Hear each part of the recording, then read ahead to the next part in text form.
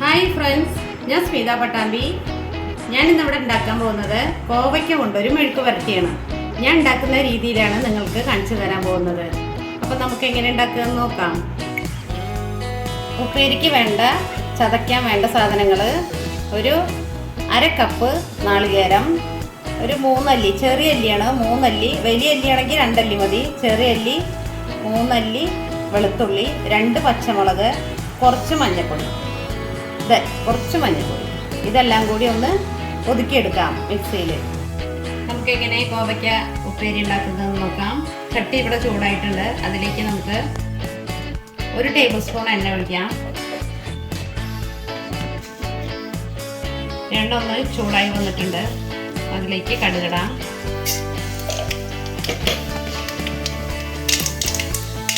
കടുക് ഇവിടെ പൊട്ടി വന്നിട്ടുണ്ട്. ഉള്ളി, കറിവേപ്പില, വറ്റൽമുളക് ഇതെല്ലാം കൂടി ഒന്ന് വഴറ്റിയെടുക്കാം.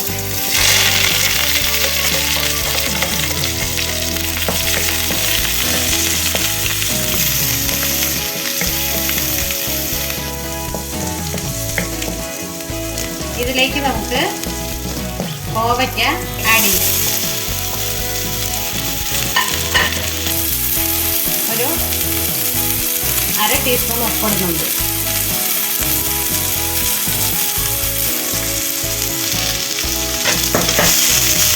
വെള്ളം തീരെ ഒഴിക്കാൻ പാടില്ല.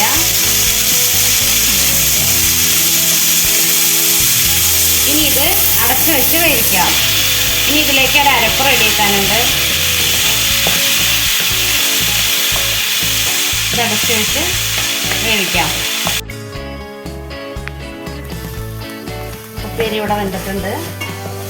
വല്ലാതെ വെന്ത് ഉടഞ്ഞു പോവാൻ നന്നല്ല കോവയ്ക്ക. ഒന്ന് കറമുറാന്ന് കടിക്കാൻ പാകത്തിന് വേണം വേവിക്കാൻ. നല്ല വെന്ത് പോകരുത്, അപ്പോഴാണ് ടേസ്റ്റ് ഉണ്ടാവുള്ളൂ. ഇനി അതിലേക്ക് നമുക്ക് ചതച്ചെടുത്ത നാളികേരം, വെളുത്തുള്ളി, പച്ചമുളക്, മഞ്ഞൾപ്പൊടി ഇത് ആഡ് ചെയ്യാം.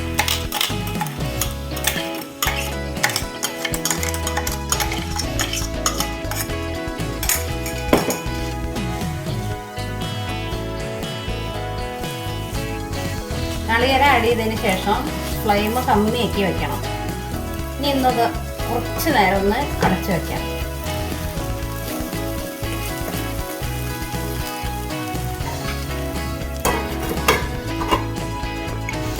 ഉപ്പേരി റെഡി ചെയ്യാൻ നോക്കാം.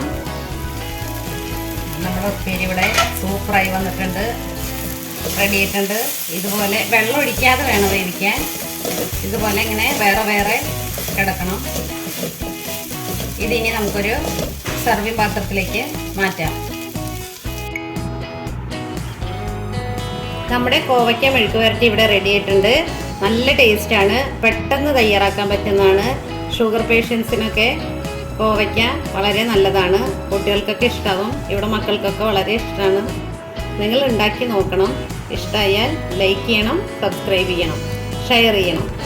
Thank you.